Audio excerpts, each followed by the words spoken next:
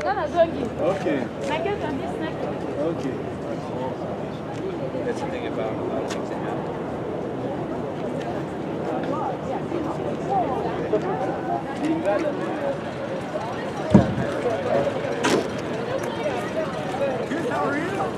That's crazy shit, dude.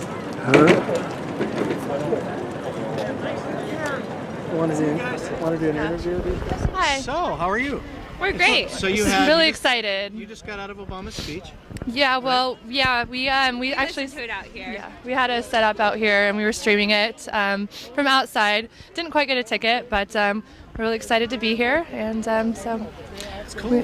yeah, it is. You guys are diehards. Yes, we were holding a rally. We were asking the president to support a Boulder White Clouds National Monument, and so we had about, I don't know how many people were out here. At least 100, At I least think. 100, yeah, asking the president and urging him to help protect Idaho and Boulder White Clouds in central Idaho. So how do you think the president should go about protecting it? Well, he can declare a national monument under the Antiquities Act. He has the authority, just with his signature, to make it a national monument and ensure long-lasting protection for the area. So is there a reason for it to be protected? Not preemptively, but is there an issue right now currently that most of us might not be aware of to the Boulder White Clouds being trashed? Right. Oh, sorry. Yeah, that's okay. Well, there's no long-term protections for the area. It's actually the biggest roadless, non-protected area in the lower 48 states. It has been experiencing more vehicles, more human population, kind of degrading the area. And so this would just ensure a management plan that would guarantee long-lasting protections for this area. So are you guys experiencing any opposition? Yeah. Yes. And what kind would that be? Since because it's a federal government in Idaho, there's some opposition to that.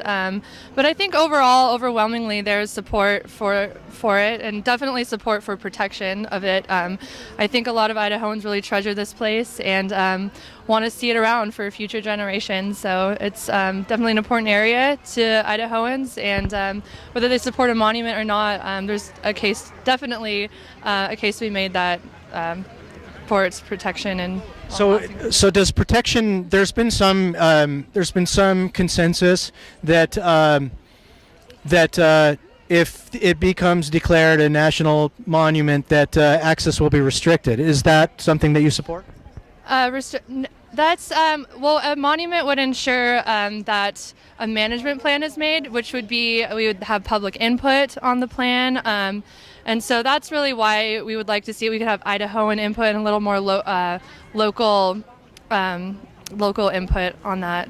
There will still be access. Yeah. It's going to still be open to people who want to mountain bike Exactly. and horseback ride.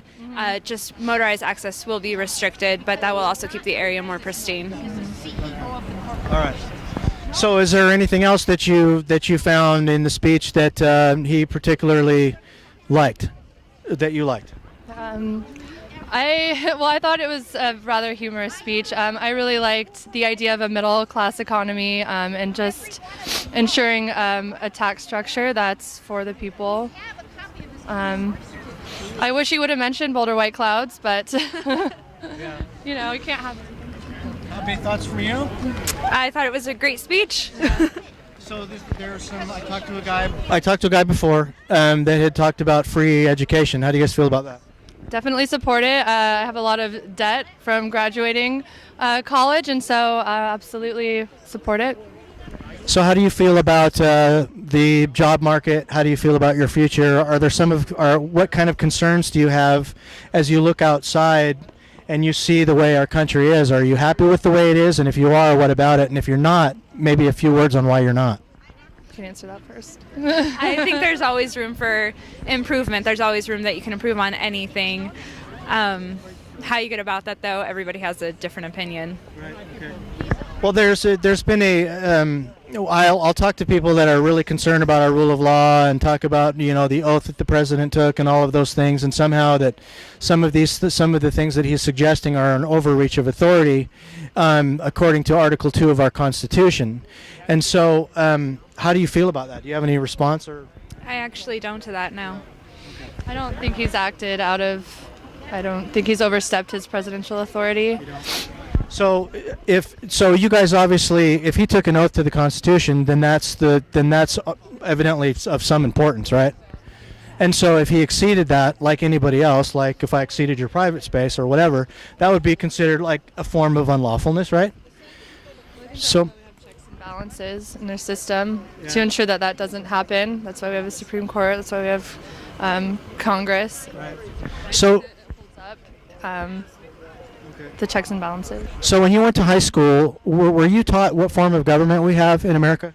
Yeah, absolutely. And what form of government was that? It would be a republic or a democratic republic. Do you agree with that? Just a democracy. What if I told you that? Well, I should ask you first. Do you remember? Did you ever have to say the Pledge of Allegiance in school? Yes. Do you remember any part of it? Yeah. Yes. I pledge allegiance. To the flag of the United States of America and to the republic for which it stands. So, what part of the republic do you think that actually means in that pledge? I don't. So we elect representatives who make decisions, and so a representative democracy is what. What if I told you that the form of government that you've been taught is actually inaccurate? Well, pray tell. What do you mean exactly? It's a constitutional republic. So what if you found out that I was actually right and that you had been deceived by the very school that you learned what you learned, in the fact that they were telling you that you were actually a foreign form of government than what you really have? I don't know if I have a response for that. Well, let's say this. We believe in equality, right? We talk about equality. That's the big thing, right? Well, in a democracy, we understand the majority rules, right? In a direct democracy, the majority. Right. So when we have a direct democracy and the majority rules, then the minority is left hanging. I guess I agree. And so the idea behind that is that the Constitution was actually created to be able to create equal justice for all under the law, in the fact that even the minority was created. So you can see the difference in the form in the form of government that you were taught and the form of government that actually is. But I disagree with that, because that's not what in my government school we went over all of this, or in my government class. So I don't think I was ever deceived about what kind of democracy we live in. I understand there's different forms of democracy, and we have one through our representatives who make decisions. So I think that's why we vote. That's why it's important to vote. Right. Okay. Mm-hmm. Well, I appreciate your time. Is there anything else thank you'd like you. to share? No, we're You good. guys, you're brave souls. Thank you. Go Boulder, White Cross. Boulder White Clouds. All right, there you go. Thank you. Did better.